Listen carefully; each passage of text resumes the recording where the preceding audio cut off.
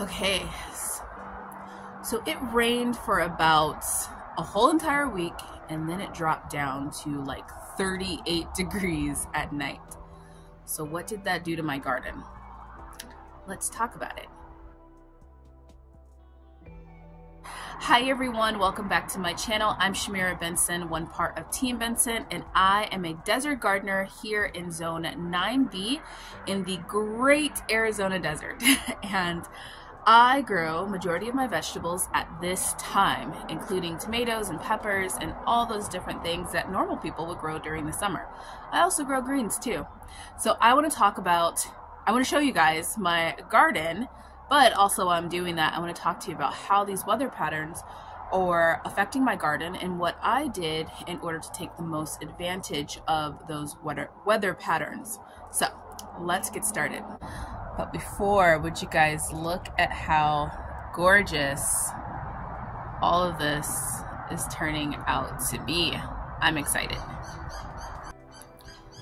Okay guys, so look at how everything is filling out. One, I'm in love with my Vego garden bed right now because I think that as soon as everything's really starts to fill out, it's just gonna look absolutely beautiful if I don't harvest it all to dry it. But we have our parsley here. This one is our curly parsley there and there. We have some German thyme, some chervil, some oregano, sage, so much down here. We also have some Thai basil up here with some sage hiding behind it, a trio, sage, rosemary, and thyme. We have some leeks all right here in front, and then we have a celery right here, and look at these carrots. These carrots are getting big. Now I'm excited to grow the carrots in this Vego garden bed because I never have a deep enough space to grow carrots. Because if you guys don't know, I'm still working on my soil out there. Although I can grow a lot deeper, it's still rock hard to grow into the earth. So having something that has this extra space with depth made a really big difference in being able to grow these carrots. Now also hiding over here, I have my sweet marjoram and I have some chocolate mint. Or no, that one's a spearmint. Now guys, if there's anything I'm going to tell you to grow, it is always going to be herbs. Herbs are so healing to the body, so even if you're forced to buy grocery store food and season it with something, don't season it with bottle season it with your herbs, because your herbs will help to repair and heal your body. So anything that you're ingesting, it'll help to clean those different things out. And I do a medicinal Friday, so if you guys want to learn more about different herbs that can be your medicine while you're cooking with them, even your culinary herbs, make sure you guys check out my videos on Friday. Now down below we have some things in a pot. We have some mustard greens. These ones are curly mustards. We have collard greens, and we have a rosemary over here. And then we're going into our brassica bed. Now in our brassica bed, we have started to interplant the garlic in preparation of it getting too hot for all of the collards. So we're trying to grow two things at one time and already have its replacement in there. And as you can see, this garlic has already popped up pretty nice. We have some Brussels sprouts in the middle, which, you know, me and Brussels sprouts, guys, I really don't think it's gonna happen, but whatever. The Brussels sprout leaves are still really good. Would you look at this lettuce? That took over, guys. That used to be just this small little head that we had planted in here from a live lettuce that we got at the grocery store. So all of this lettuce is going to be delicious in a salad. We have some celery here, some Swiss chard. Remember when we cut back all of the Swiss chard? It is already growing back because Swiss chard's crazy. We have dinosaur kale there and right there. More garlic is in here, and then we also have some dinosaur kale there. Now we did plant some onions over here, but those ones haven't popped up yet. So guys, one of my favorite things to eat after it rains is lettuce. So this lettuce is gonna get harvested today, and I am going to make a smoked salmon salad. That's what I meant to say. But it is delicious. It's just like it comes alive, especially when it gets cold afterwards, because it's like it just becomes like sweeter and just more delicious. But I'm excited. There's going to be a salad on the menu for today. Now moving along down here, you will see some things that you probably wouldn't see in most other people's gardens. Like I have chili peppers here. which are shishito chili peppers. They're really hot. We have some regular shishito peppers here, and there. We do have a cabbage that is looking nice. It's getting, I can feel the head starting to form, so that's exciting. We also have things like eggplants there and there. That one actually has an eggplant on it. This one is a namesake eggplant. It's Big Nisi. It's named for one of our subscribers, and it is the daughter of Miss Eggy, who is our like 5 or 6, I've lost count at this point. She's like 5 or 6 years old, guys. She's super old. We have a chocolate mint up here, which smells absolutely delicious. If you ever feel like you're having a bad day, just come by and just run your hands over it and smell your hands. It's amazing. And then we have a peppermint right here and some sweet alyssum. And then we have this huge thing, which is a black cherry tomato. And guess what, guys? It has tomatoes on it. You guys see that? They're just tomatoes everywhere. This thing is actually covered and it needs to be pruned, but there are tomatoes forming everywhere. So how am I growing a tomato and peppers and eggplants when we got down to super cold temperatures? One, they're already huge. So no, I didn't have to rush to cover them or anything like that. I just let the rain do its rain thing and the cold do its cold thing. The plant is ginormous, so it has just kind of like some insulation within itself. Yeah, there might be a couple of things that get damaged, like some of the leaves here got damaged that you guys can see, but we have to prune this plant anyway because once the humidity hits, it would get sick. So once your plants are big enough to sustain those different things, or even like Miss Eggy or these shishito peppers, they have been growing for a while. This shishito pepper right here, guys, is 2 years old. Miss Eggy, like I said, is like 5 or 6 going on. Like, she's pretty old. So they've been growing for a while. They're established. They can withstand a lot of those crazy temperatures, especially if it's not like freezing. Like, we don't get snow here in the desert. Well, I won't say that all the time because sometimes it does happen, but it doesn't happen in the city typically. So it's nothing that's going to take it out just because it's cold. So you just got to get it planted early. We planted this in the fall and let it grow, and then it just sustains itself. So even with these cold temps, we have a basil which is trying to flower. Once again, I need to harvest that. Over here, guys, we have some cabbages that are tucked away underneath the tomato. And then we also have some, ooh, look at this. We have some sugar snap peas. Sorry, with the city comes motorcycles, but we have some sugar snap peas, which are delicious right now. And then we have a Roma tomato over there. We have some cilantro, and there's collard greens in here. There's romaine lettuce, there's celery, and then there's also more cilantro over there. So lots of greatness. Now in front of it, we have some flowers. We have some sweet alyssum and some snapdragons that are growing quite nicely. I finally have my garden snack. They're so sweet. So sweet. I'm so upset I only have like one plant, but it's sweet. I love it. Now moving along over here, we have some lemongrass. We also have our broccoli. Now I've taken the head off of this one and this one, but as you can see, it grows tons of little shoots. So these little shoots are growing all over this thing. And this head looks like it's gonna need to come off pretty soon, but it will also continue to grow a lot of little shoots. We did plant onions all down beneath here. We have another parsley over here. And then look at this, guys. It's so funny. Now the peas want to show up. Ridiculous. Where have you guys been all winter? I've been hungry. Now over here we have our early girl tomato right there in the middle that we planted. We have this one is a Ukrainian gold beet. Look at that beet forming on there. And then we also have some Detroit red beets, which look at these ones coming in too. So pretty. I'm excited about these. Now guys, I talked about this in one of my shorts, but my broccoli did not form big heads this year, or even medium-sized heads. They were pretty small, but they formed huge leaves. So if you guys watched my channel last year, I had smaller leaves and I had bigger crowns of broccoli. Well, we also had year before last. So we also had a really good monsoon. Last year, we did not have a good monsoon. We had no monsoon at all. We actually called it no monsoon. And it really affected my soil and being able to wash out a lot of those worm castings. So those worm castings are great, but anything in an abundance can equal not great, which meant that it grew giant leaves from all the nitrogen that the worm castings were leaving.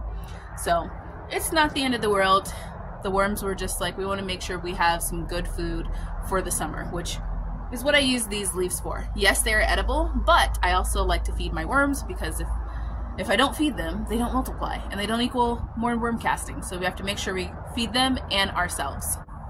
So my favorite peppers are looking good, guys. Look at how big these ones are. Oh, I'm so excited. This thing is getting so heavy, poor plant. But I'm waiting for them to turn red. I like for these to ripen right on the plant. These ones are sweet Marconi peppers, and this one's actually flowering again because it only has one pepper on it. But oh, I love this pepper. This is my favorite pepper. We have some Thumb Tom tomatoes down below. We have a lemon balm right there. And then look at how pretty this yarrow is. Yarrow definitely spread it, but it's beautiful. And then it looks like our hyssop, little baby hyssop, is surviving. So that is something exciting. I still have to pull that nasturtium, but we do still have that nasturtium that is growing wild. This is the one that we're keeping. It just came back. And then look at this, guys. This is my big beefsteak tomato that is growing on 2 mighty crops. One of the mighty crops you can't even see because it has completely covered it. But it's so cool because it made this whole thing be just freestanding in the middle of the garden. It doesn't have to be supported anything other than the mighty crops. And we're starting to get little tomatoes on it.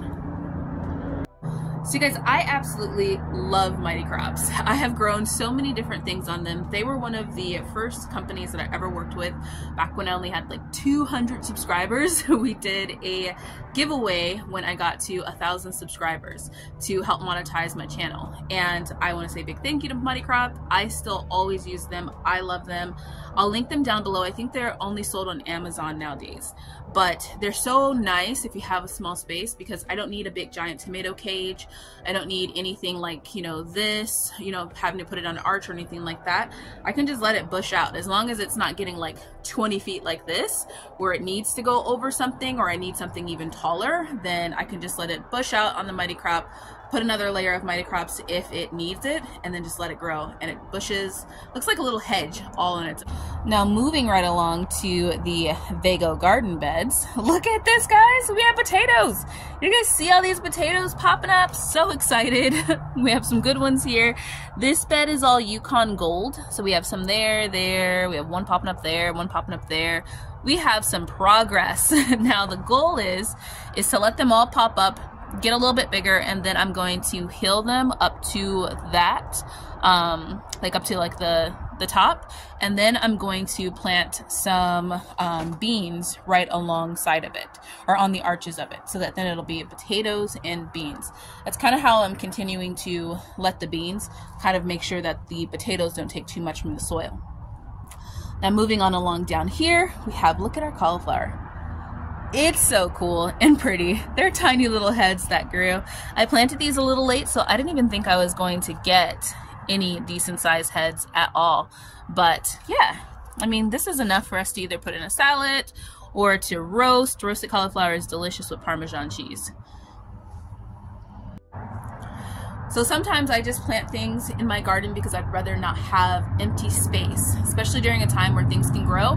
Even if it's too late, like planting those cauliflower, it was a little late when I planted those starts, but I just went ahead, put them in there, and they still developed into something. That's something we can eat. That's more leaves I can have for to put in the freezer for my worms, and the garden is just rejuvenating itself.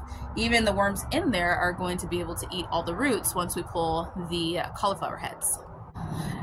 Now the Dollar Trees are getting planted. The stackables are getting planted tomorrow. So I'm pretty excited about that. We're planting green beans in all of the empty ones. But for right now, we have thumb-tom tomatoes. We have some spinach. We have some celery. We have, look at these lettuce. These ones are my favorite lettuce. This one is the butter crunch lettuce. We have more celery, more cilantro, all different types of things in here. But I'm gonna fill up these with bush beans. Then we also have some thyme right back here. We have another pot of potatoes. Look at these potatoes, guys. I'm so excited. After I got over my fear of growing potatoes, now I am all for it. And guys, just like anything else, homegrown potatoes, so much better. Look at this, guys. Look at how tall my Malberry is. She's huge. And she's also growing all of her spring leaves. I'm so excited about this. I'm hoping that this is the year. This should be my 3rd year growing this. So this should be that year that it really produces. I can actually harvest a bunch of mulberries and eat them, and everything will be great. So I'm excited. Now in this pot right here, we have our curry tree, which is starting to put off, that's a little close, starting to put off new branches and new leaves, which we love and need. We also have Yuli back here. This is actually Yuli too, has sprouted some new leaves. It's a grape. And then we have our radish right here, or not radish, this one is a turnip. So that one is a purple top turnip, which is huge. I think I'm gonna take off some of these leaves so that then I can just focus on making the turnips. So guys, one of the things people ask me about all the time is where I got curry seeds from, and I actually did not get curry seeds. One of our subscribers, which I'm not sure if she's okay with me sharing her name, so I won't. I will ask her. But anyways, she brought me this curry tree. We both live in Arizona, and she brought it to me, and I was super excited and super happy and nervous to grow it. But I grew it through the summer, and it got so hot in here in Arizona that it produced curry seeds. Those were the last seeds that I gave out in our seed swap, which there will be a video about why I haven't announced another seed swap. That's not for today though, but that was the only time I have ever even seen curry seeds. So I don't know where you get them from, and I'm not sure when this one will make seeds again, but I will keep a lookout on it for you guys. Now moving down along, we have our Mexican dwarf tree, which is starting to really green up. We're excited about that. Maybe this branch can come off. I'll probably take this one off, but it's starting to really green up. It's putting off all of its new branches, and yeah, we're excited for that because I think this one's going to give us limes this fall. Look, we've caught so much rainwater. We're excited. Even though we can't have like a whole rainwater harvest system, we can still catch rainwater in buckets. We have some dwarf kale with some collards, or no, that one is dinosaur kale with collards, some celery in the middle, celery, collards, green onions down here below. We have garlic in the pots on each side between the carrots. Those ones are finger-length carrots. We also have garlic in this pot up here, and look at this, guys. These are coming in nicely. They were a little spotty, and I only had like the few ones that are big, but this is garlic too, and now it seems like every single garlic that I planted is starting to grow. Now in here we have onions, which it looks like right there we got our first little onion peeking through. We have some celery back there. We also have some collard greens over here. And then our big bunch of peppers. We have our Anaheim pepper, which is really starting to flower. This thing's spicy but delicious. We have Diane, which we don't know what Diane is, but look at this, guys. You see that little bitty bud right there? That is the start of a flower. So soon we're gonna find out what Diane really is. And then we have, I'm thinking once again, Hungarian pepper, Hungarian wax pepper, and or banana pepper. It's one of those. I need to go back and watch my videos and see what I planted so I can know. We have our jalapeno that's just trying to get its life back together after giving us so many jalapenos, but as you can see, it's already growing its new leaves. And then we have our cayenne pepper over here, which is the red, or the cayenne peppers are starting to turn red on it. So Okay, so my hands are absolutely numb because it's cold out here and I'm trying to hold this tripod. So I'm gonna go inside. I also can't feel my toes. Yep, it's chilly here in the desert, but I'm excited. The garden is doing so well, guys. Thank you guys so much for always supporting my channel and for sharing it and for helping us expand. So I'm really, really excited about this. Like, this has been a good year after having such a crazy last 2 years. So I'm really excited. The garden's growing. Everything is just giving life, but I'm gonna go in before I can't feel my hands and my toes. But I hope you guys had fun on my garden tour. Don't forget to like, subscribe, and share. And if you guys have anything that you're wanting to grow or you're wanting to plant, comment down below what you're planning to garden in the spring, because I want to know. And yeah, have a great day. But until next time, grow yourselves a garden, because even a small space can provide you with tons of food. Bye, guys.